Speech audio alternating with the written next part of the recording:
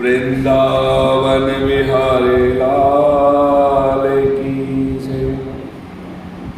उमापति महादेव की जय। आदिशक्ति जगतारिणी मात की जय। श्री सत्य सनातन धर्म की जय। गजाननं भूतगणाधिसेवितं कपित्थजम्बो फलचारुभक्षणम् उमासुतं शोकविनाशकारकम्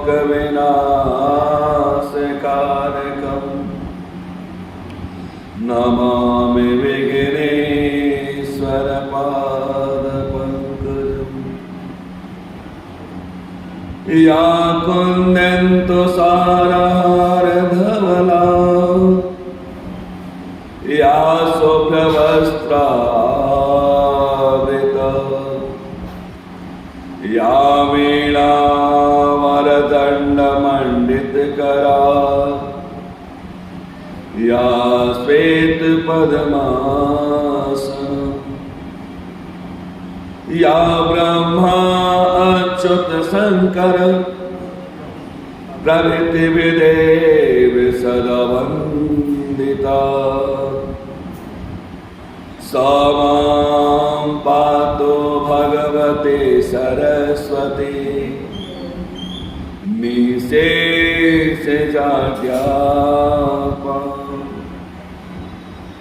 गुरुर्ब्रह्मा गुरुर्विष्णु गुरुर्देवो महेश्वर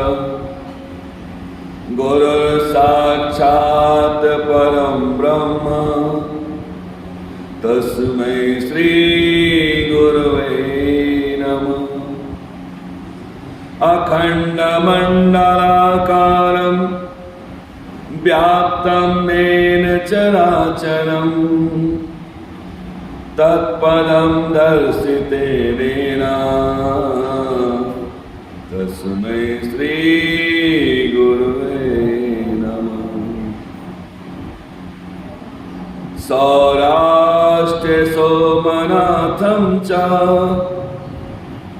श्रीशैले मल्लिकार्जुनम् उज्जैन्यां महाकालम् ओंकारे ममलेश्वरम्। केदारं हिमत्ववृष्टि डाकिन्यां भीमशङ्करम्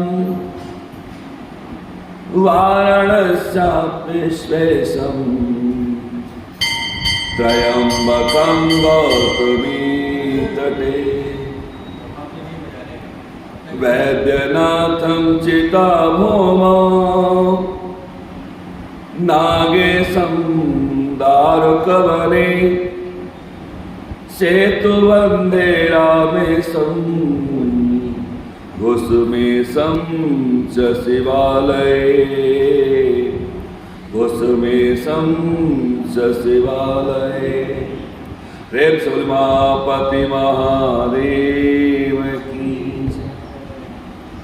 तेरा पल पल बीता जाय मुख से जप ले नमः शिवाय।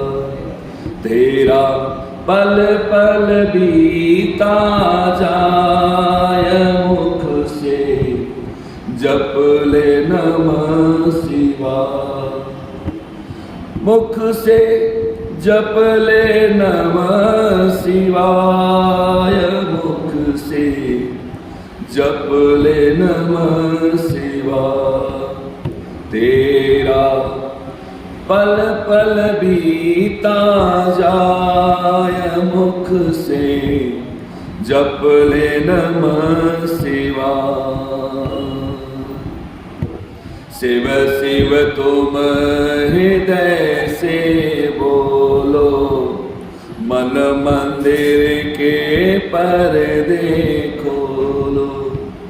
शिव शिव तुम हृदय से बोलो, मन मंदिर के पर्दे खोलो।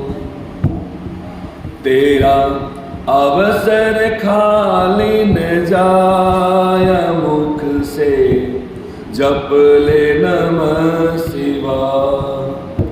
तेरा अवसर खाली न जाय मुख से, जप ले नमः शिवाय।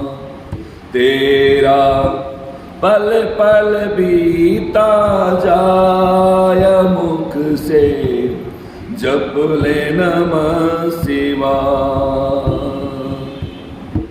ये दुनिया है पंछी का मेला, ये दुनिया है पंछी का,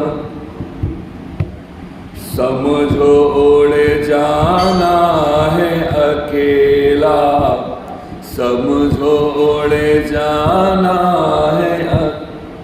तेरा तन धन साथ न जाय मुख से, जप ले नमः शिवाय।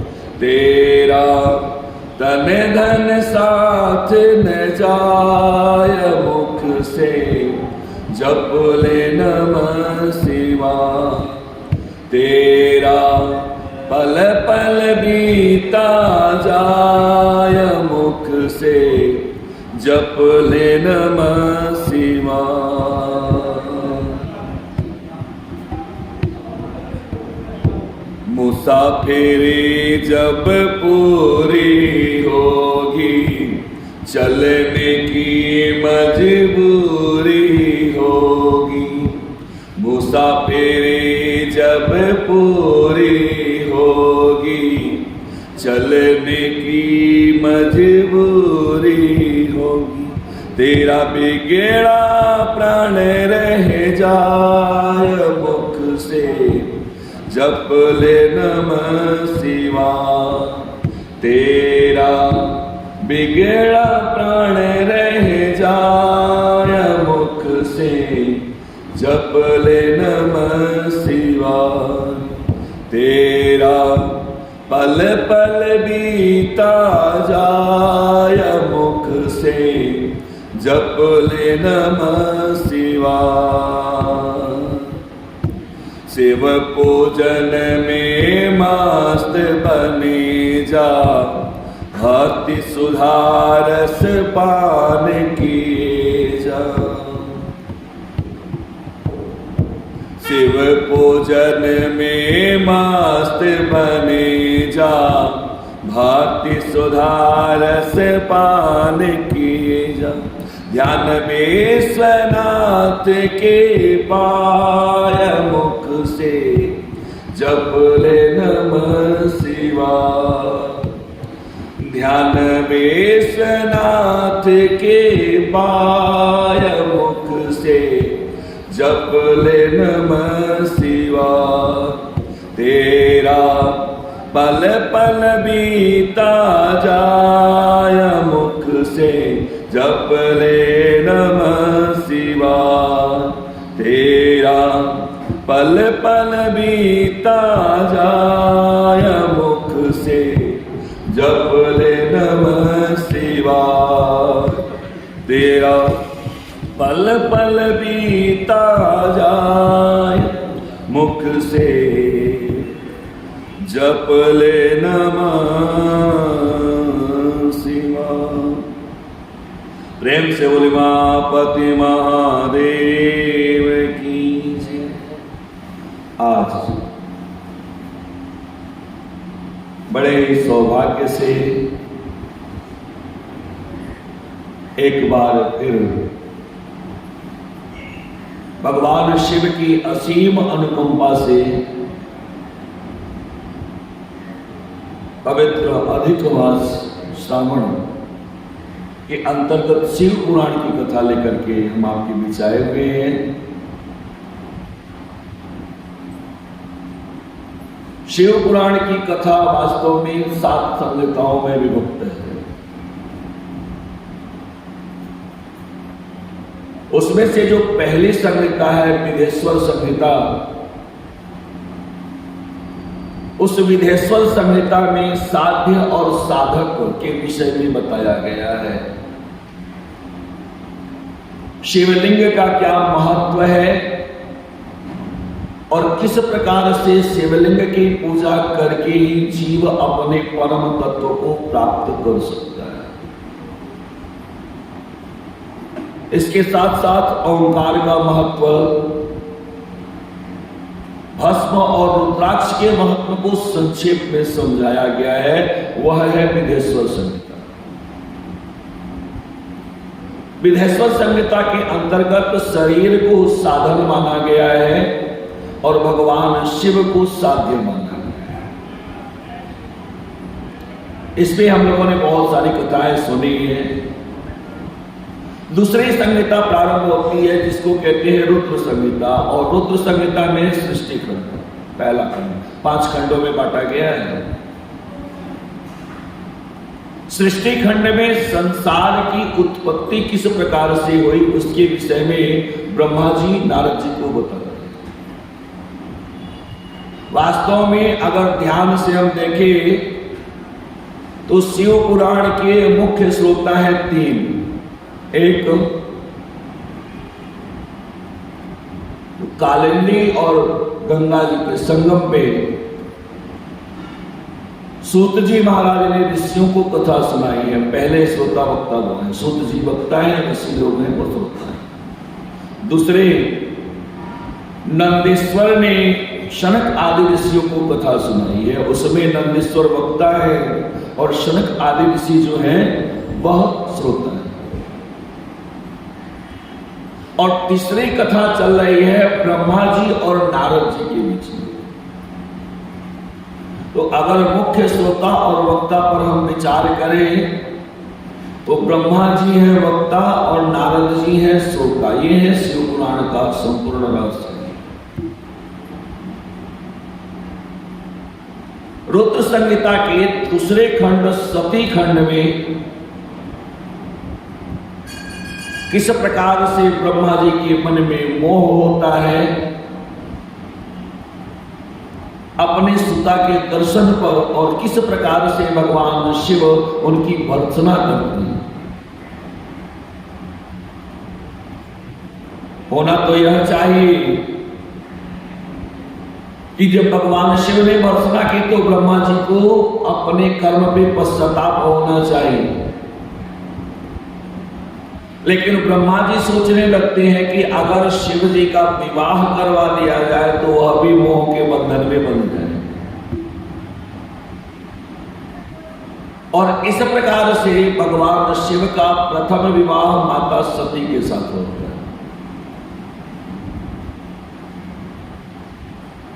माता सती के साथ विवाह हुआ और विवाह होने के बाद भगवान शिव ने नवधा भक्ति की शिक्षा दी।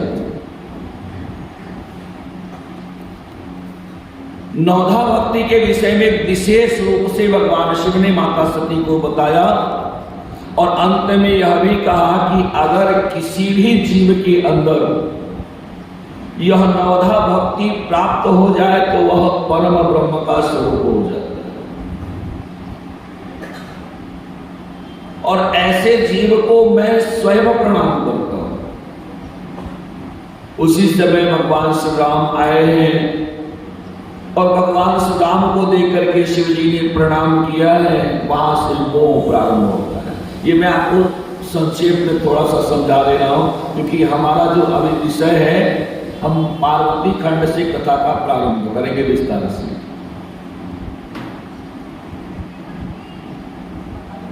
भगवान शिव के वचन पर विश्वास नहीं होता, माता सती को परीक्षा लेने के लिए जाती है और इसलिए भगवान शिव ने माता सती का त्याग कर दिया।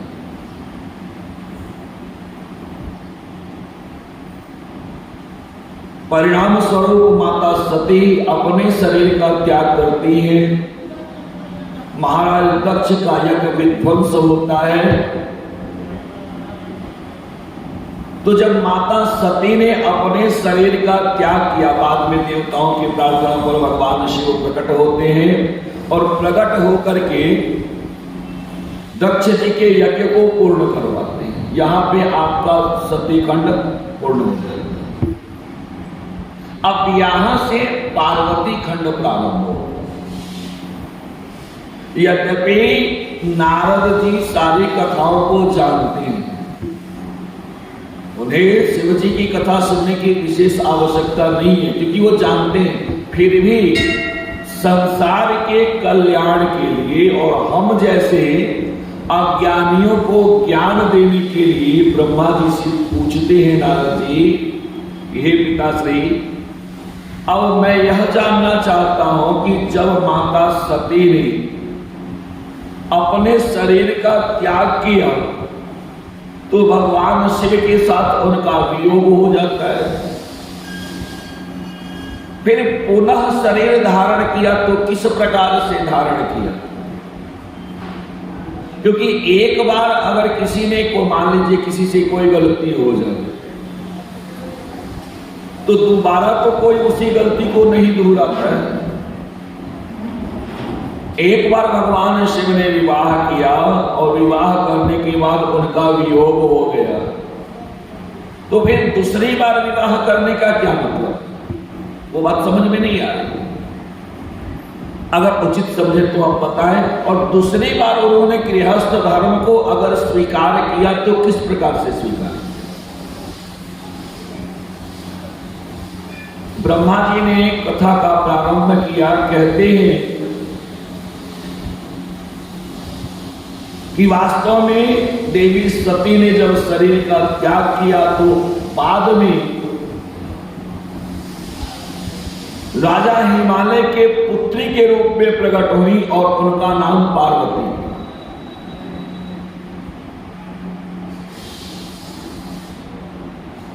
वास्तव में पूर्व काल में पितरों की 3 मानसी कन्याएं, हमारे 7 पितृ होते हैं। जैसे हम लोग जानते हैं कि हमारे पिताजी, फिर पिताजी के पिताजी, फिर उनके पिताजी, लेकिन कहीं तो ये पहुंचे होंगे, कहीं तो अंत हुआ होगा, जहां से वंश परंपरा चली है, वो बने हमारे पितृ। तो 7 पितृ हमारे पास हैं। 4 हैं जो अदृश्य रहते हैं, दिखाई नहीं देते, और 3 हैं जो दिखाई देते हैं। अग्निश्वा, बहिर्गत और सोमपान, ये 3 पितृ ऐसे हैं जो मूर्तिमान हैं और हमें दिखाई देते हैं। तो इन पितरों की मानसी कन्याएं हैं मैना, धन्या और कलावती। संयोग से एक बार ये तीनों कन्या चूंकि पितृलोक में है, तो एक बार मन में इच्छा हुई कि चलो वैकुंठ में जाकर के भगवान नारायण के दर्शन करो। और जब भगवान नारायण का दर्शन करने के लिए जाती हैं तो भगवान नारायण के दर्शन किए और वहां पे शनक आदि ऋषि इनको दिखाई देते हैं, जो केवल 5 वर्ष की अवस्था है, छोटे छोटे से हैं, लेकिन है सबके पूर्वज के पूर्वज। सारा संसार उनका आदर करता है। अब ये जो मानसी कन्याएं हैं, इन्होंने भगवान नारायण को तो प्रणाम किया, उनका अभिवादन तो किया, लेकिन ये जो 4 छोटे छोटे ऋषि कुमार हैं उनको प्रणाम नहीं किया। ये लोग सोचती हैं कि इतने छोटे से बच्चे हैं, इनको क्या प्रणाम करना। याद रखिएगा, तुलसी का पत्ता चाहे छोटा हो चाहे बड़ा हो, महत्वपूर्ण दोनों होते हैं। ऐसा नहीं है कि बड़ा पत्ता है तो उसका ज्यादा महत्व है, छोटा पत्ता है तो उसका कम महत्व है। तो जब सनक आदि ऋषियों ने इनके इस बर्ताव को देखा तो उनको आश्चर्य होता है, और आश्चर्य होने के बाद ऋषियों ने इनको श्राप दे दिया। कि जिसके मन में वैकुंठ का मतलब होता है कुंठा रहित जगह, वह वैकुंठ। जो भगवान नारायण का परम धाम है, वहां आने के बाद भी अगर आपकी दृष्टि में भेद बना हुआ है कि कौन छोटा है कौन बड़ा है, तो इसका अर्थ यह है कि आप वैकुंठ में रहने लायक नहीं हो, पितृलोक में रहने लायक नहीं हो। तो उन्होंने श्राप दिया, हम आपको श्राप देते हैं, अब आपका पितृलोक से पतन हो जाएगा, धरती पर आपको जाना पड़ेगा और वहां के सुख दुख को भोगना पड़ेगा। अब जैसे ही श्राप मिलता है, तीन की तीनों कन्याएं रोने लगी। मन में विचार करती हैं कि देखो तो सही, हम पितृलोक में हैं तो यहां पे हमें किसी भोग की आवश्यकता नहीं होती, तो चूंकि हम भोग को भोगते नहीं हैं, इसलिए हमें भोग जनित कष्ट भी नहीं होता। वास्तव में जितना ही हम अपने शरीर को भोगों से बांध के रखते हैं, उतना ही हमको कष्ट होता है। पहले जब लाइट नहीं हुआ करते थे गांव में, तो हाथ का पंखा हुआ करता था, है ना। पूरी गर्मी उसी से पार हो जाती थी, पता ही नहीं चलता था। भले थोड़ा बहुत कष्ट हो, लेकिन फिर भी गर्मी निकल जाती थी। आज जैसे जैसे लाइट की व्यवस्था हो गई, फिर पंखे लग गए, फिर एसी लग गए, कूलर आए, फिर एसी लग गए।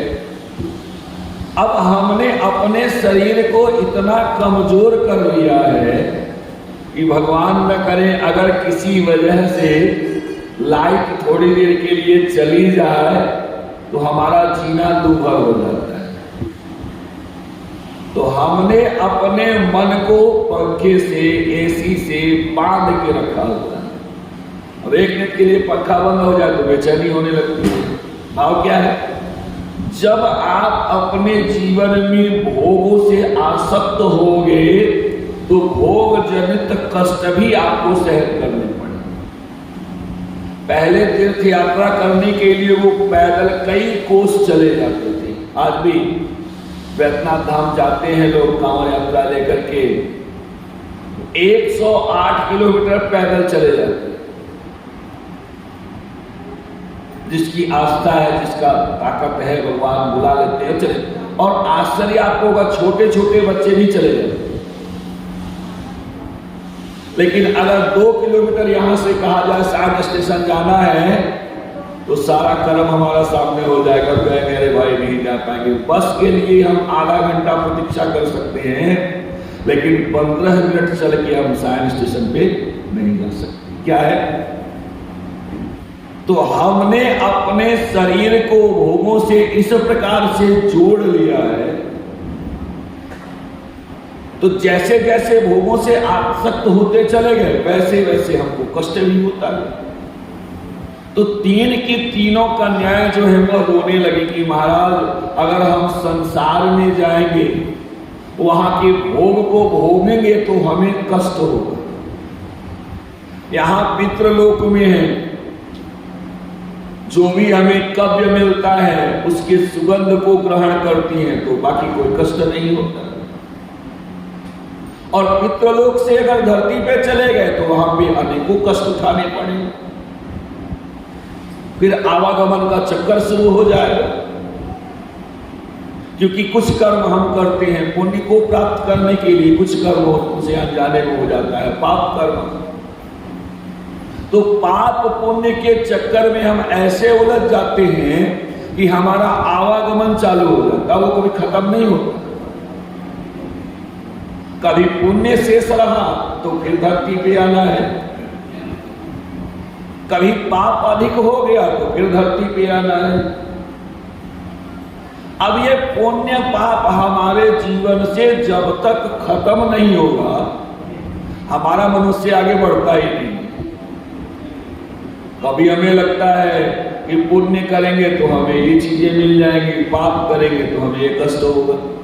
अब उससे जब बाहर निकलेंगे तब तो हम मोक्ष तत्व की तरफ बढ़ेंगे। एक भी कर्म हम भगवत कृत्यर्थ तो करते नहीं, सब अपने लिए ही करते हैं। यानी अगर संकल्प भी करते हैं तो निष्काम संकल्प बहुत कम लोग करते हैं, सब लोग सकाम संकल्प करते हैं। ये मिल जाए, वो प्राप्त हो जाए, ऐसा हो जाए, वैसा हो जाए, कुछ नहीं तो कहेंगे पुण्य की प्राप्ति ही हो जाए, लेकिन सकाम भक्ति हम करते हैं। जब भगवान के लिए कुछ छोड़े तब तो हम आवागमन से मुक्त हो। तो तीन की तीनों कन्याएं रोने लगी। उन्होंने कहा महाराज हम चाहते हैं, ठीक है आपने श्राप दे दिया, उस श्राप को हम स्वीकार करते हैं, लेकिन हमारी इच्छा है कि हम बहुत ज्यादा दिनों तक धरती पर न रहें और हमारी मुक्ति हो जाए। तो ऋषियों का जो स्वभाव होता है, संतों का स्वभाव होता है, वो जल की तरह होता है। जैसे आप जल को पानी आग पे रखेंगे ना तो गर्म हो जाता है, और फिर उसको उतार के धरती पे रखेंगे तो वो ठंडा हो जाएगा। भाव क्या है? जो दुर्जन प्रवृत्ति के लोग होते हैं, जो दुष्ट प्रवृत्ति के लोग होते हैं, उनका क्रोध लंबे समय तक चलता है। शायद आपने भी सुना है, मैंने भी सुना था बचपन में कि सर्प के पास 18 वर्ष का क्रोध होता है। अगर सर्प को आप मार दीजिए तो फिर वो बदला लेता है, नाग को मार दीजिए नागिन बदला लेती है। ये क्या है? नहीं जानते थे, नहीं समझते थे, तो हमको लगता था शायद सही ऐसा होता है भाई, जबकि सच्चाई है कि ये सारे जीव जंतु जो है ना, कीड़े मकोड़े, सब बड़े भुलक्कड़ होते हैं, बहुत जल्दी भूल जाते हैं। यह एक भाव है जो हमें आपको समझाने के लिए बताया गया है कि सर्प प्रतीक है दुर्जन व्यक्ति, दुष्ट प्रवृत्ति के लोग, और जिसकी प्रवृत्ति दुष्ट होती है वह अपने क्रोध को पाल के रखती है। अगर कोई थोड़ी सी बात हो गई ना, कहेंगे अच्छा चाहे 10 साल बाद सही, लेकिन बदला जरूर। ये क्या है? दुष्टता है। और जो संत स्वभाव के व्यक्ति, ऐसा नहीं कि संत को क्रोध नहीं आता, संत को भी क्रोध आता है, लेकिन उनका क्रोध क्षणिक होता है। तुरंत थोड़ा सा क्रोध आया, थोड़ी सी बात हो गई, और फिर उसके बाद आप प्रेम से बोलने लगे, वो भी प्रेम से बोलने। शरक आदि ऋषियों के मन में प्रेम आया, दया की भावना आई। ऋषियों ने कहा देवियों जो हमने श्राप दे दिया वो तो वापस नहीं आ सकता, लेकिन उपाय बता देते हैं। आप तीनों आदि शक्ति जगदम्बा की अंशभूता शक्तियों को प्रकट करेंगी और आपकी मुक्ति हो जाएगी। तो देवी मैनावती ने माता पार्वती को प्रकट किया, उनकी मुक्ति हो गई। देवी धन्या ने माता जगत जननी जगदम्बा का स्वरूपा माता जानकी को पालन पोषण किया और उनकी मुक्ति हो। और देवी कलावती का विवाह होता है वृषभानु से, और उस समय गोलोक की स्वामिनी देवी राधिका जी प्रकट हुई, उनकी मुक्ति हो। ब्रह्मा जी कहते हैं कि संसार में बिना विपत्ति के किसी की महिमा नहीं होती। याद रखिएगा, जब आप कष्ट को सहन करेंगे तभी आपकी महिमा होगी। एक पत्थर वो भी है जो मंदिर के नीचे सीढ़ियों में लगा हुआ है, एक पत्थर वह भी है जो रोड के किनारे पड़ा हुआ है, लोग ठोकर मारते हैं, और एक पत्थर वह भी है जो मंदिर में स्थापित है और उसकी आप पूजा करते हैं। तीनों पत्थर नहीं है, लेकिन तीनों में अंतर क्या है? जिसने बिल्कुल अपने शरीर को कष्ट देना नहीं चाहा वो सड़क के किनारे पड़ा हुआ है। जिसने थोड़ा सा अपने शरीर को कष्ट दिया वह मंदिर के सीढ़ियों में लगा हुआ है, और जिसने अपने ऊपर अनगिनत छेनी और हथौड़ी का प्रहार बर्दाश्त किया, छेनी हथौड़ी से पूरे स्वरूप को खराब दिया गया, बना दिया गया, तो जिसने इस प्रकार से स्वरूप को किया है वही पूजा जाता है, उसी की पूजा होती है। इसी प्रकार से संसार में जो जीव जितना अधिक दुख को सहन करता है उसकी उतनी ही अधिक महिमा होती है।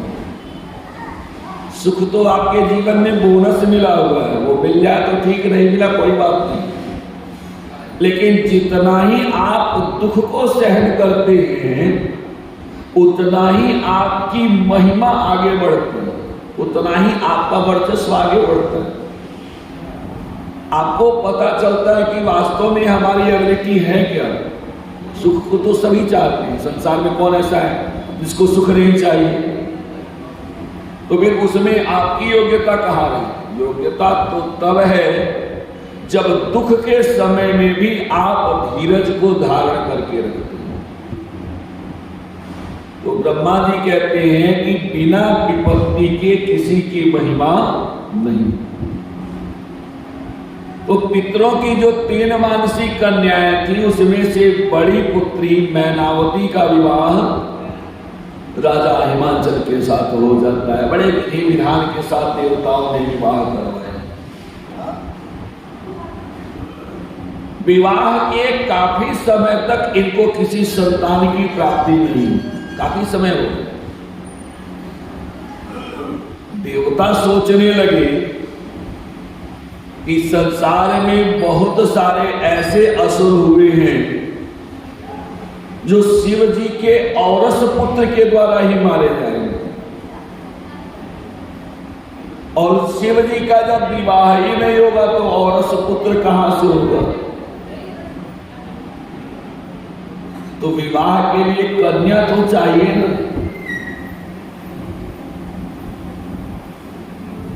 ब्रह्मा जी के पास गए, ब्रह्मा जी ने कहा चिंता मत करिए, प्रतीक्षा करिए। जब सांसारिक सुखों को भोगते भोगते राजा हिमालय और देवी मैनावती को ऐसा लगेगा कि अब हमें संतान की प्राप्ति होनी चाहिए, तो वह उसके लिए उद्यम करेंगे। और हुआ भी वही। कुछ समय के बाद माता मैनावती ने राजा हिमालय से कहा कि महाराज, अब आपने मुझे इतना सुख दिया कि अब किसी अन्य सुख की इच्छा नहीं रही, कोई भी इच्छा शेष नहीं बची है।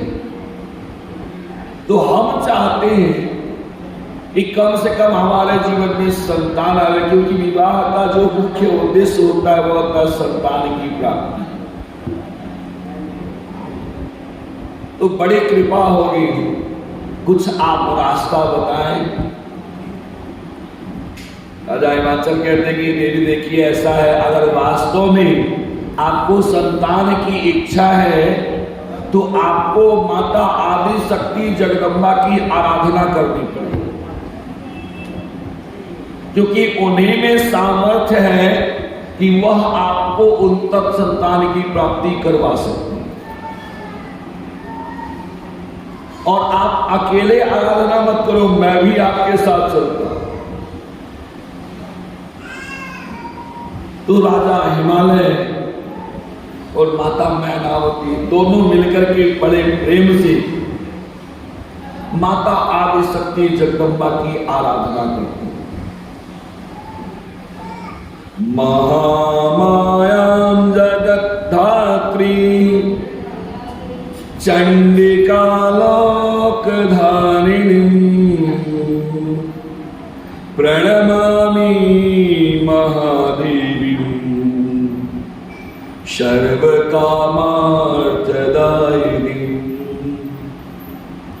नित्यानंदकरीं मायां योगनिद्रा जगत प्रसूं। योगनिद्रा जगत प्रसूं प्रणमामि सदा सिद्धां शुभ सारं समालिनीं। बड़े प्रेम से माता आदिशक्ति जगदम्बा की आराधना की है। कई वर्षों तक माता जी की विशेष आराधना की है। एक वर्ष तो ऐसा हुआ कि प्रत्येक शुक्ल पक्ष के अष्टमी को माता जी को विशेष भोग लगा। किसी महीने में वह खीर का भोग लगाती हैं, किसी महीने में वह मालपुए का भोग लगाती हैं, किसी महीने में केवल शहद का भोग लगाती हैं, किसी महीने में केवल फलों का भोग लगाया। बड़े प्रेम से पूजा करी। माता आदिशक्ति जगदम्बा प्रकट हुई। मां कहती है, हे देवी, आप दोनों की भक्ति से मैं बहुत प्रसन्न हूं, तो जो इच्छा हो आप वरदान मुझसे मांग लो, आपके लिए कुछ भी अदेय नहीं। देवी मैनावती कहती है कि मां, अगर वास्तव में आप मेरे ऊपर प्रसन्न हो ना, तो मैं चाहती हूं कि मेरे 1 नहीं, 2 नहीं, 10 नहीं, 20 नहीं, 50 नहीं, पूरे 100 पुत्र। 1, 2 नहीं, 10, 20, 25, 50 नहीं, पूरे 100 पुत्र। और वो 100 के 100 सदाचारी पुत्र। याद रखिएगा, आपके घर में संतान हो, ये भगवान की कृपा है। लेकिन अगर आपके घर में सदाचारी पुत्र हो, है भगवान की विशेष कृपा है। तो संतान की कामना सभी करते हैं, सब चाहते हैं मेरे घर में संतान हो, और संतानें होती भी हैं। परंतु जिसके घर में सदाचारी संतान हो जाए ना, तो फिर समझ लीजिए कि आपके कई जन्मों के पुण्य एक साथ प्रकट हो गए। बाकी खाने वाले, कमाने वाले, धन लेने वाले, खून चूसने वाले, ये तो बहुत सारी संतानें होंगी, कोई आश्चर्य की बात नहीं। जैसे जोंक और खटमल खून चूसते, वैसे खून चूसने वाले संतान को बहुत सारे मिलेंगे। लोग कहते हैं जब बिटिया बड़ी हो जाती है तो माता जी का श्रृंगार कम हो जाता है, और जब बेटा बड़ा होने लगता है धीरे धीरे तो पिताजी का श्रृंगार खत्म हो जाता है। अब पहले विवाह नहीं हुआ था तो एक छोड़ के 5 सेट कपड़ा बनवाओ, कौन रुकने वाला है ना। अब विवाह हो गया तो 5 से आ गए 2 पे, क्योंकि ये पत्नी साथ में आ गई, उसके वस्त्र का प्रबंध करना है। अब जब बच्चा आ गया जीवन में, बेटा हो गया, तो फिर आप 2 कपड़ा भी अपने लिए नहीं बनवा सकते हो। सोचोगे मैं अपने लिए बनवाऊं कि लड़के के लिए। तो आप अपना चमड़ा भी छील करके बच्चे को दे दो तो बच्चा कहेगा थोड़ा सा और काट देते तो और अच्छा होता, और ज्यादा मिल जाता। तो खून चूसने वाली संतानें आपको बहुत सारे मिल जाएंगी। अगर बच्चों को पता चल जाए कि आपके जेब में 100 रुपये हैं, तो जब तक वह 100 रुपया जीरो नहीं बनेगा तब तक वो आपको चैन से छोड़ने वाले नहीं। अब उसके बाद आपका जीवन कैसे चलेगा उसकी जिम्मेदारी किसी की नहीं। जब उनको पता चल जाएगा बिल्कुल आश्वस्त हो जाएंगे, भैया 1 रुपया इनके पास है नहीं, अब इनमें कोई रस नहीं है, तो बड़े प्रेम से आपको एक किनारे कर देंगे, फिर आपकी बात भी नहीं पूछेंगे। और जब तक आपके पास धन है तब तक तो बच्चे आपको चूसते रहेंगे। जैसे जोक होता है, लग जाए शरीर में, जोक समझते हैं ना, लग जाए शरीर में तो 2 ही स्थिति में छोड़ता है, या तो आपके पास खून हो, ऐसा होता नहीं है, या तो इतना पी ले कि बस खून पीते पीते वो मर जाए तभी वो छोड़ेगा, बिल्कुल बेशुद्ध होकर छोड़ने वाला है, वैसे छोड़ने वाला नहीं है। तो इसी प्रकार से संसार में संतानें इस प्रकार से तो सबकी होती है, लेकिन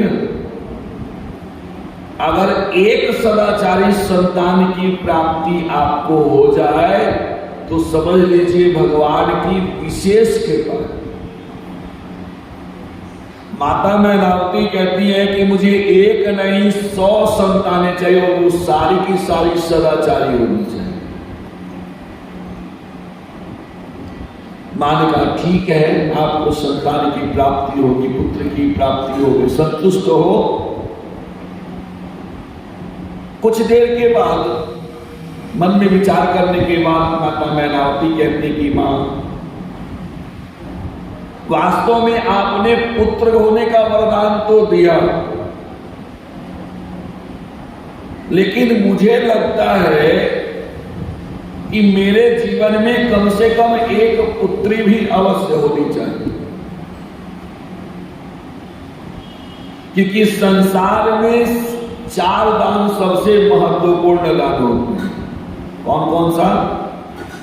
पहला दान होता है जिसको कहते हैं गोदान, दूसरा दान होता है जिसको कहते हैं स्वर्ण दान, तीसरा दान होता है जिसको कहते हैं भूमि दान, और चौथा दान होता है जिसको कहते हैं अन्न दान। ये 4 दान सबसे महत्वपूर्ण है, लेकिन एक दान ऐसा है जिसमें ये चारों दान एक साथ हो जाते हैं। वो कौन सा दान है? कन्यादान। तो जिसने जीवन में कन्या का दान नहीं किया, समझ लो उसने कुछ भी नहीं किया। अब कोई कह सकता है कि मान लीजिए जिसके पास पुत्री है वो तो कन्या का दान करेगा, अब जिसके पास पुत्री नहीं है वो क्या करे? तो समझाने के लिए बताते हैं कि आपके जीवन में पुत्री है, आपने कन्या का दान किया, वो तो आपको करना ही, वो तो आपका कर्तव्य है। लेकिन अगर आपके जीवन में कन्या नहीं है, किसी के भी कन्या का विवाह हो रहा है और आप एक बर्तन लेके 2-4 कपड़े लेके खड़े हो जाते हो और दूसरे के कन्या का भी अगर आप पांव पूज लेते हो तो समझ लो कि अपनी कन्या से ज्यादा फल की प्राप्ति होगी।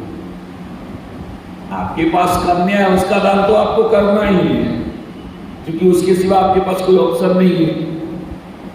लेकिन अगर कन्या नहीं है आपके जीवन में, आप दूसरे की कन्या के विवाह में सहायता भी कर देते हो तो आपको कई गुना ज्यादा फल मिलेगा।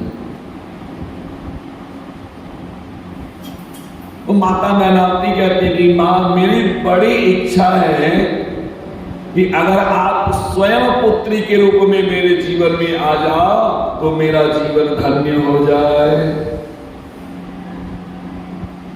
माता जी कहती है, देवी आपने बड़ी अच्छी तपस्या की है, तो आपके मनोरथ को पूर्ण करने में कोई विशेष आश्चर्य नहीं,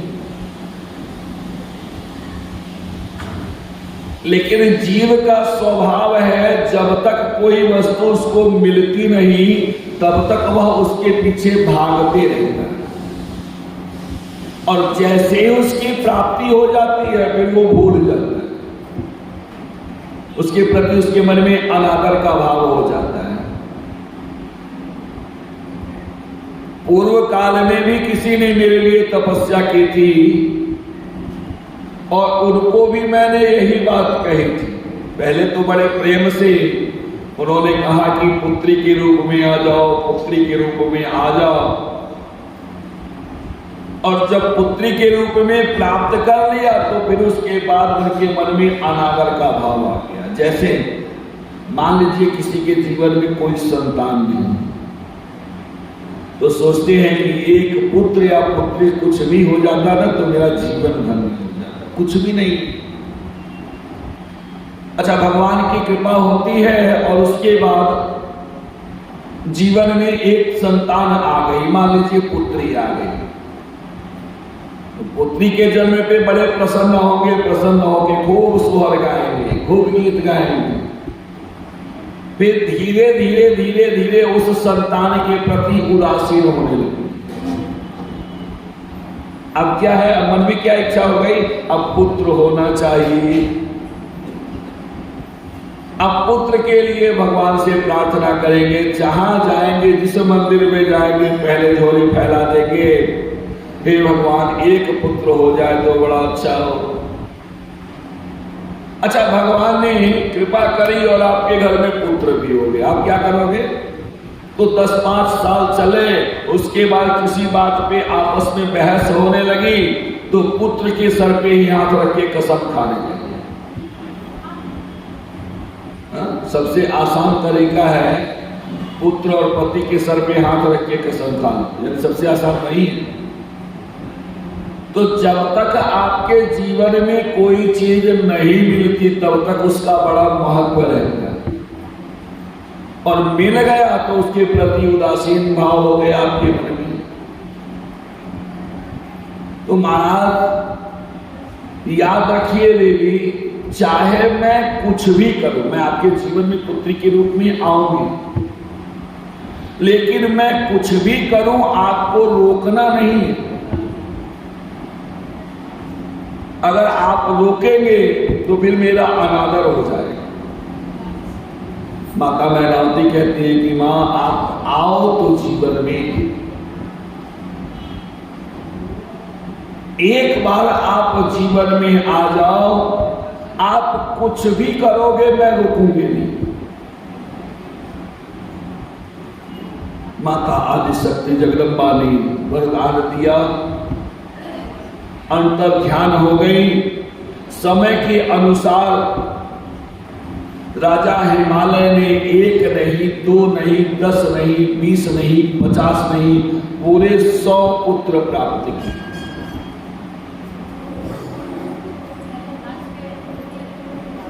उन 100 पुत्रों में जो सबसे बड़े हैं वो है मैनाक। उस 100 पुत्र को प्राप्त किए और प्राप्त करने के बाद वह समय भी आया जब माता आदि शक्ति जगदम्बा देवी मैनावती के गर्भ में, इनको ऐसा लगता है कि जैसे कन्या मेरे गर्भ में आ गई। अच्छा, जिस समय माता आदि शक्ति जगदम्बा गर्भ में आती है उस समय इनकी शोभा और बढ़ जाती है, कई गुना बढ़ गई। आश्चर्य होता है, उस समय राजा हिमालय के मन में इतना प्रेम आ गया है, बार बार पूछते रहते हैं, देवी कुछ विशेष भोजन की इच्छा हो तो बताओ, वह भी लाके मैं पूरी करवाता हूं। कोई भी कामना हो तो उसको पूरी करवाता हूं। लेकिन देवी मैनावती कहती है, महाराज अब मेरे मन में कोई कामना शेष नहीं है। पूरे संतुष्ट भाव में देवी मैनावती ने माता आदि शक्ति जगदम्बा को प्रकट किया। पति महादेव की। और पर्वत से उत्पन्न होने के कारण ही उनका नाम पार्वती पड़ा। बचपन से ही इनकी लीलाएं बड़े विलक्षण हैं। किस प्रकार से वह लीला को करती हैं, जहां पे सारे बच्चे खेलने कूदने में मन लगाते रहते हैं, वहां पर माता पार्वती का जो स्वरूप है उनको केवल माटी के शिवलिंग, पार्थिव शिवलिंग बना करके पूजन करना बड़ा अच्छा है। आमतौर पे जो छोटे बच्चे होते हैं उनको गुड्डे गुड्डियों से बड़ा प्रेम होता है, लेकिन माता पार्वती को गुड्डे गुड्डियों से कोई मतलब नहीं है। वह केवल और केवल किस प्रकार से पार्थिव शिवलिंग का निर्माण कर सके, इसी के लिए वो विचार करती है। इस कथा पे कल विचार करेंगे। प्रेम से बोले मां पति महादेव। देव की। ओम नमः शिवाय, ओम नमः शिवाय, हर हर भोले नमः शिवाय, ओम नमः शिवाय, ओम।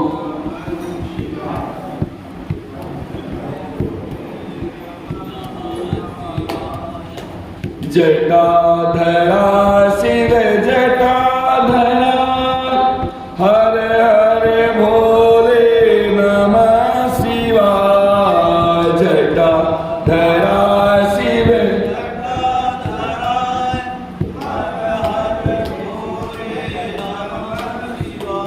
ओम नमः शिवाय, ओम नमः शिवाय, हर हर भोले नमः शिवाय, ओम नमः शिवाय, ओम।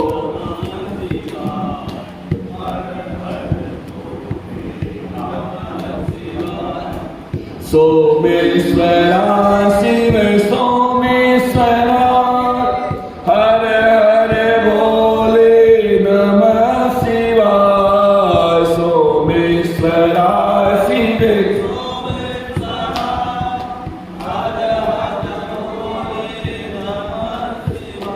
ओम नमः शिवाय, ओम नमः शिवाय, हर हर भोले नमः शिवाय, ओम नमः शिवाय, ओम। हर हर भोले नमः शिवाय। प्रेम से बोले